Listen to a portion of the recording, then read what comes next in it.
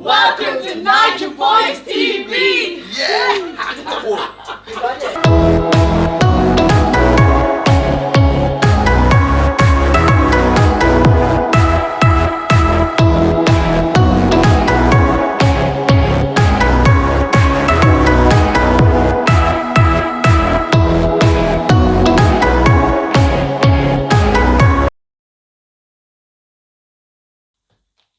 Yes, so my Naija people, welcome back to the channel. I remain your host for life, Naija boy. Man, today I bring you good news. I've been away for 3 weeks on a special holiday to India. A friend of mine invited me, a girl. She was having a wedding, and then she said, "Oh, come to my wedding."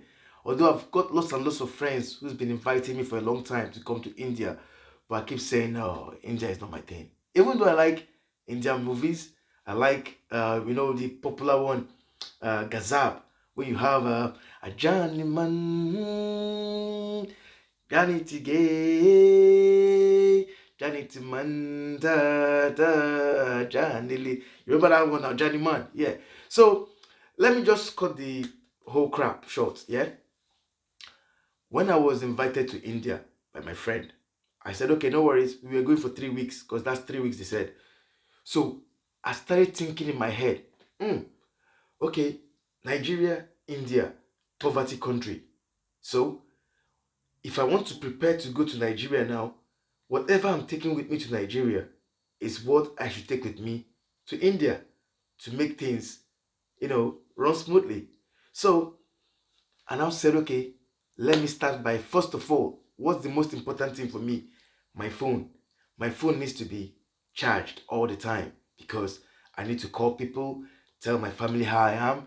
They should know how India is treating me, what's going on, find out from my friends how it's work, what's going on, this kind of stuff. So my phone is more important to me.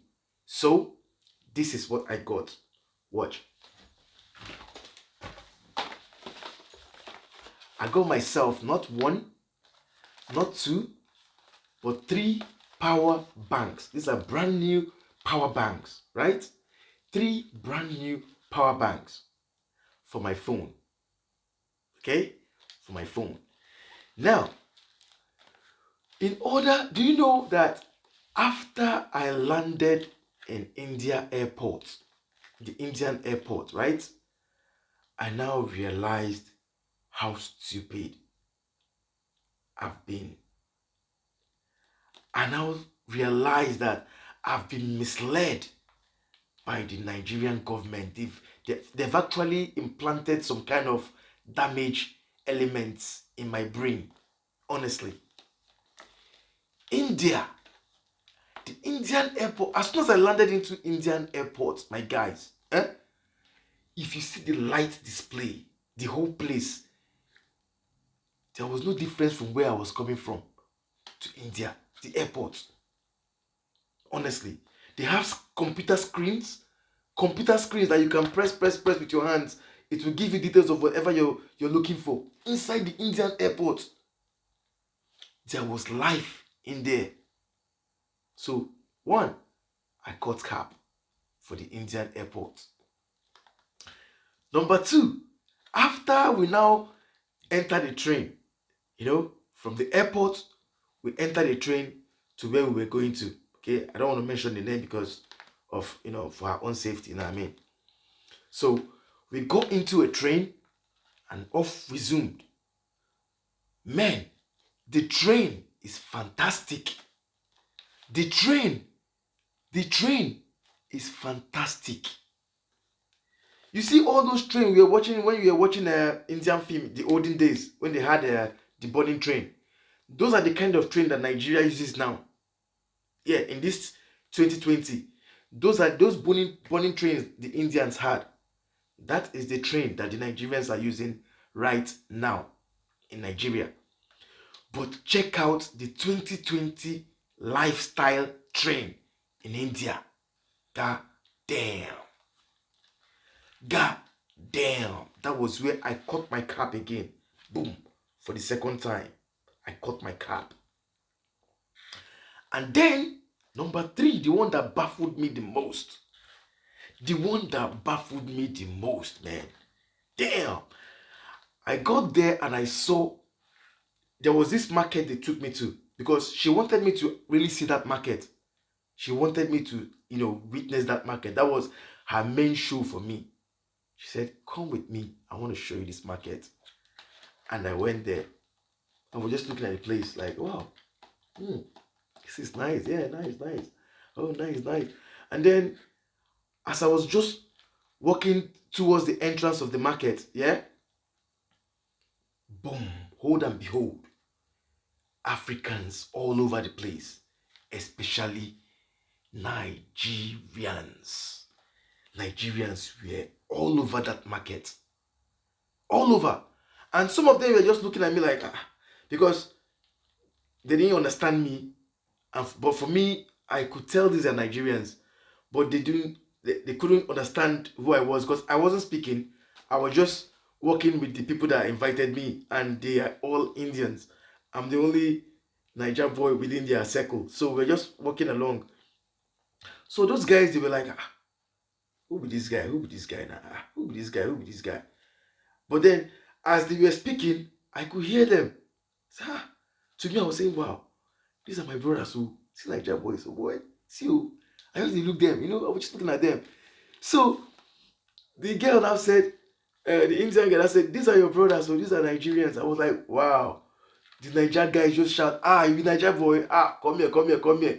You know where be this market? If you go back to Nigeria and tell them say you come Aswani for India. Look at hear what he said though. He said, when you go back to Nigeria, tell them say you come Aswani for India. They call this place Aswani. You all remember Aswani now? Like in those days now, you hear this song. Language Aswani bedeo, Asho tuntun alarabara, language Remember that song, yeah? So that's what the Nigerian guy was telling me. He said, tell them when you go back to Nigeria, tell them say we get Aswani for India. So I was like, why this guy called this? They wish me bad. Why is he wishing me bad? He's in India. And he's telling me that if I go back to Nigeria. See, that's why it's not good to just jump into conclusion. If I tell that guy the last time my food entered Nigeria, he will shout. The guy will shout. That guy will shout. Honestly, that guy will shout. And then he's telling me to go when I get to Nigeria. I looked at him like, I said, okay. So when you get back to Nigeria, tell them, say that's one new market you come for India. Me, tell them for Nigeria for you. No, I have a better way to tell them. I'll tell them on my channel. So now I'm telling you guys, we have Aswani market in India. In India. So now, back to my 3 wise men. We call these 3 wise men over here the power banks. You see, they are all brand new, right? I stayed in India for 3 weeks. 3 weeks. 3 weeks. The light did not blink. The light did not blink once. The light did not blink. So you can imagine. 3 power banks came back to the UK. Useless to me now. I can't use it for anything. It's there. And come to think of it, I have this friend. He's not my friend though. He's not my friend, but we grew up in the same community. But their parents were really not that.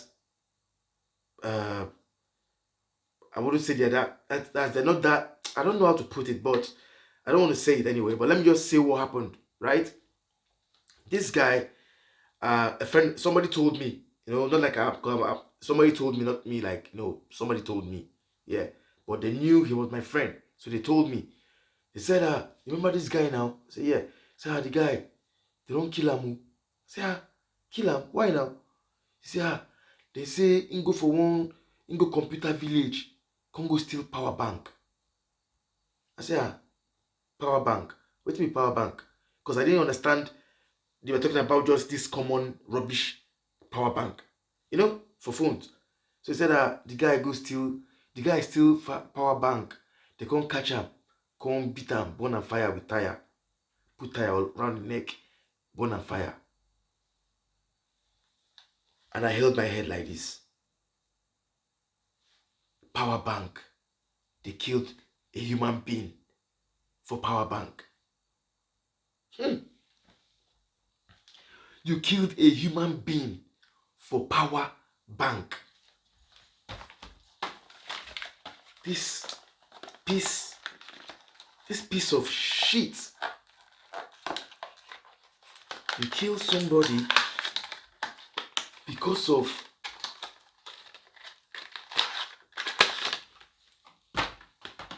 piece of shit. A minute. How do you open this stuff? Yeah. Look, this is just a cable, right? Look at it, just a cable. And then look at it. Which you can, I think you pull this bit out. I don't even know how to use this power bank because I never have the opportunity, any time to use it at all. Anyway, yeah. So for this and this, of which the guy did not even, I'm not sure he stole a part of this. I think he just grabbed this one from the computer village or whatever. I don't know how he did it. And then he was killed. He was killed for this power bank. That's what a man's life is worth in Nigeria. That's what a man's life is worth in Nigeria. But now, it's even less.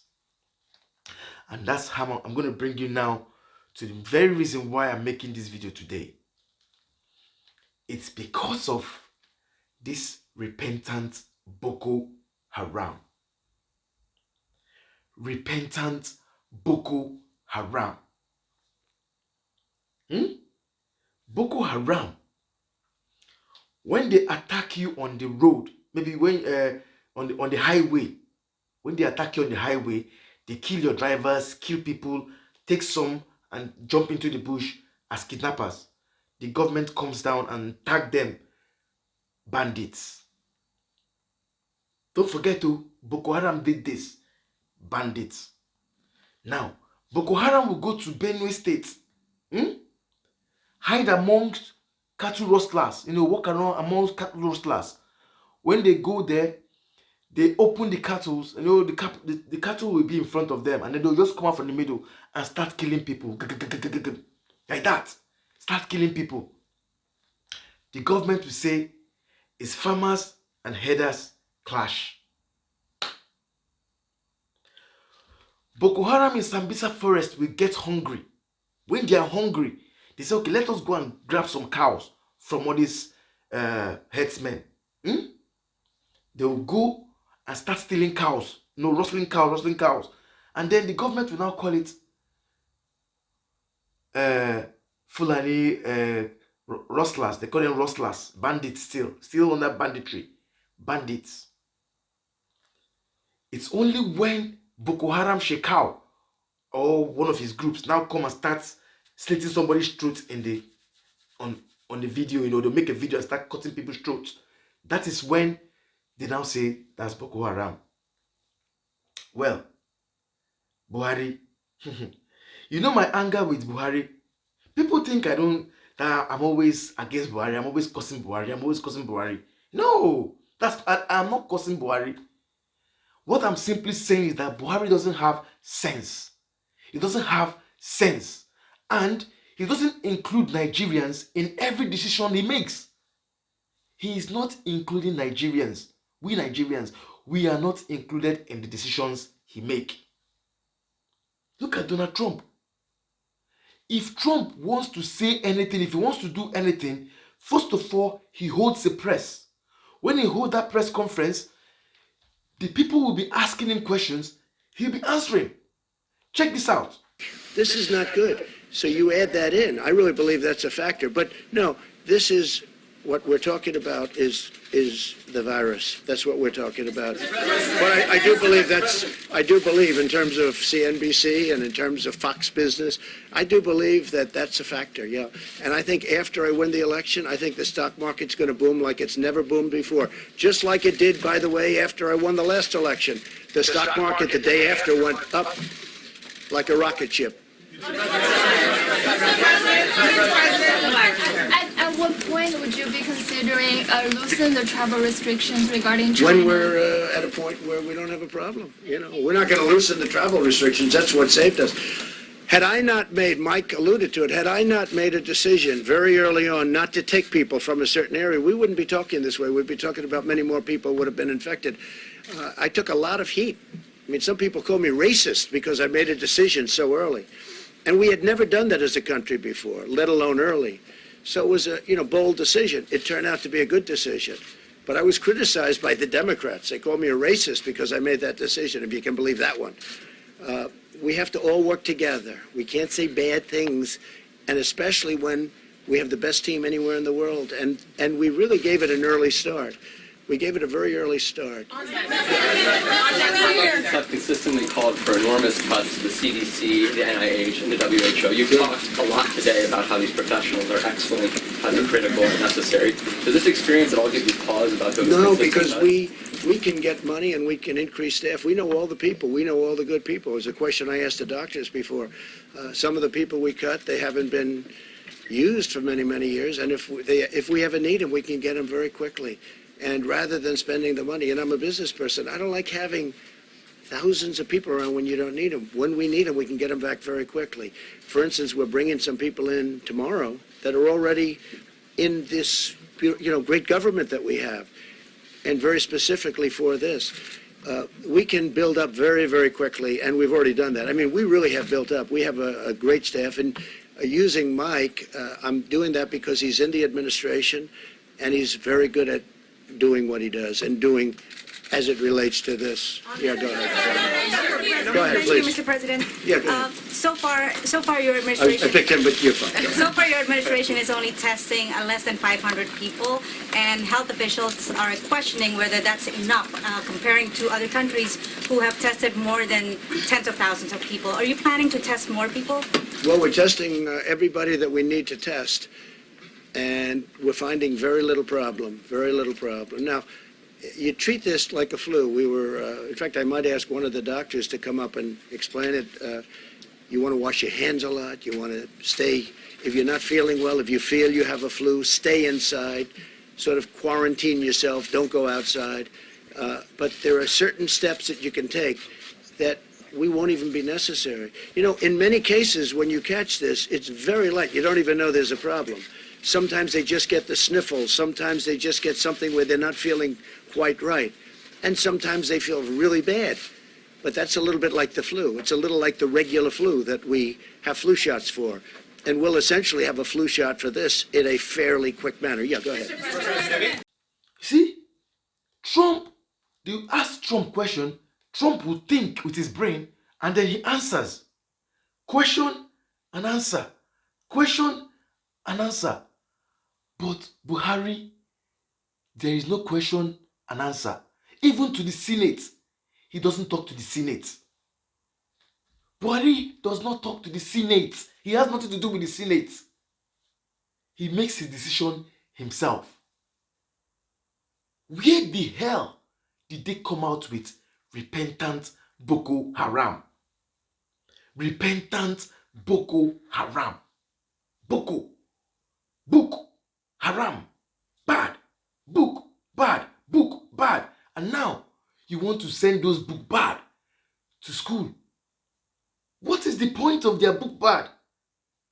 Can you imagine?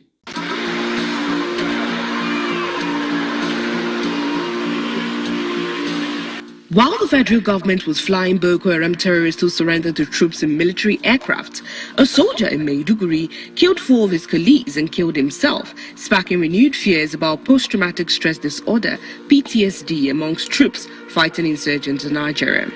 how the Nigerian government could think of rehabilitating, educating, de-radicalizing and reintegrating Boko Haram members into the society they voluntarily victimized calls for concerns.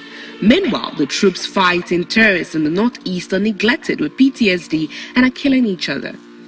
Spokesperson of the Nigerian Army, Siguri Musa, revealed that a corporal of the Nigerian Army serving at Theatre Command Operation Lafia Dole, Army Super Camp 15, in Malam Fatori went berserk in the early hours of February 26, 2020 and opened fire, killing 4 of his colleagues before shooting himself. 2 of his colleagues were also injured during the incident and are currently in stable condition in our hospital in Maiduguri. The average Nigerian soldier stationed in the northeast has experienced or witnessed his fair share of violence and death, which lead to a mental health condition triggered by a terrifying event. These men are forced to drag the bodies of their colleagues in the face of active attacks from the terrorists and are left without mental care. This is not a one-off occurrence. It happens every day. Please tell me, who would not go berserk?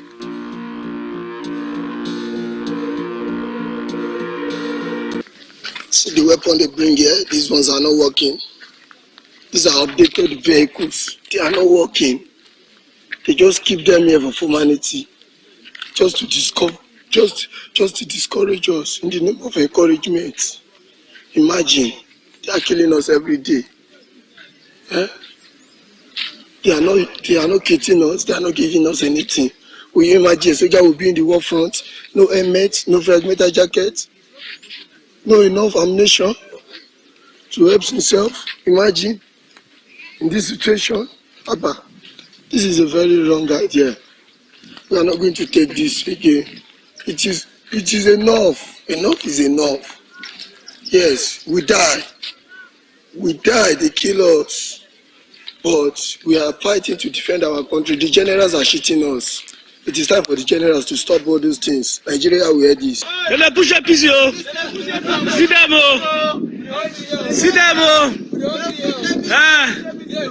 They are pushing it. Pushing the PC by number. Pushing the PC by number. Nigerian army. That is problem. We, however, did not understand how bad it had gotten, despite these viral videos, until 2014, when 500 soldiers ran away to Cameroon in the middle of an active battle with terrorists. In October 2019, another set, a major and 21 soldiers, fled from the scene of a Boko Haram attack after feeling overpowered. Who wouldn't? As if that was not bad enough, post-traumatic stress disorder, which is a common disaster for military personnel across the world, is taken for granted, with frequent denials and absolute silence from the military, thereby worsening the crisis. In November 2017, a soldier opened fire on a captain and killed him and then committed suicide. In June 2018, an army captain on active deployment in Boko Haram war committed suicide as he underwent psychiatric evaluation in Borno State. In September 2018, Adego Okbako, a staff sergeant attached to 192 Battalion in Goza, killed another sergeant, injured 4 others and killed himself. In the same month, Marcus Yusuf, a soldier, killed his colleague, injured another, before fatally ripping apart his mouth with a rifle.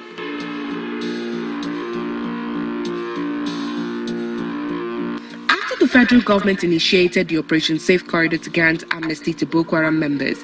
The National Assembly is considering a motion to establish an agency to educate, de-radicalize, rehabilitate and reintegrate the insurgents into the society. I think this government is a bit confused.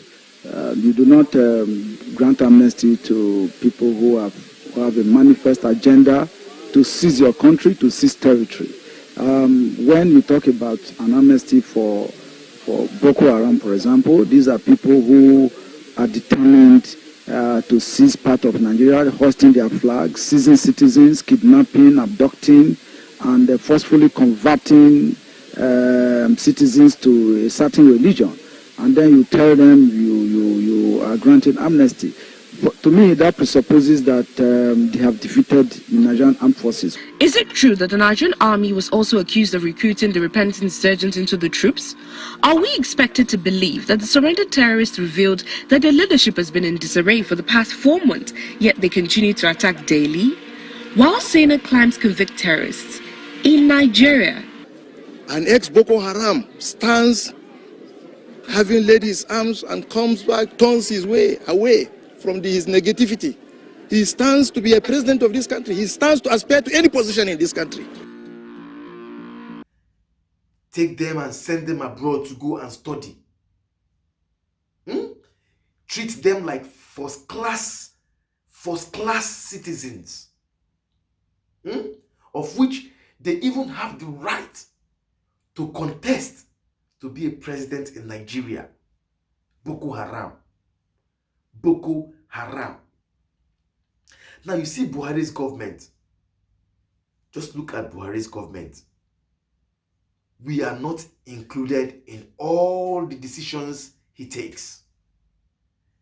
We the people, we are never included. Even the Senate has no head. They don't know what Buhari is doing. Buhari is just doing his things as he wants, turning Nigeria as he likes. Now let me shock you guys.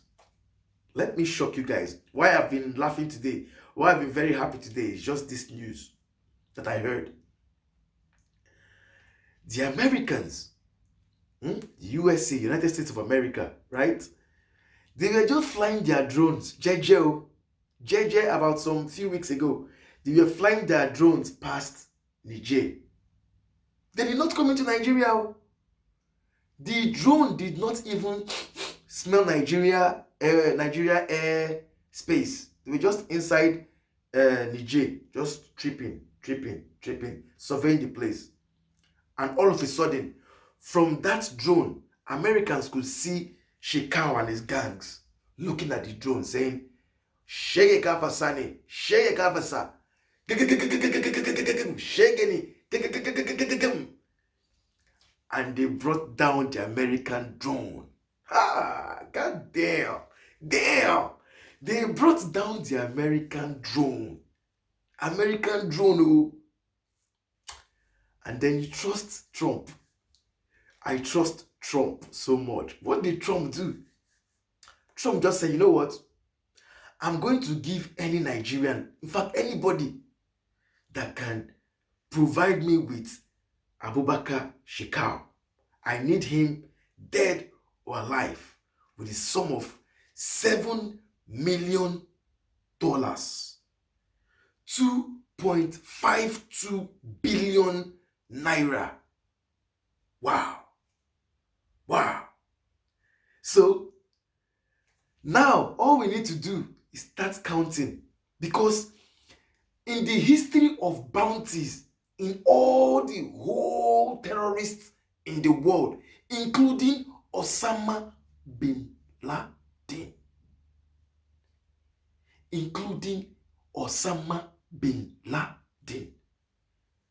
Abubakar Shekau is the most expensive terrorist in Nigeria. Abubakar Shekau. He is the number one of all of them. I'm talking about all the terrorists, wicked terrorists in the world. Abubakar Shekau ranks number one.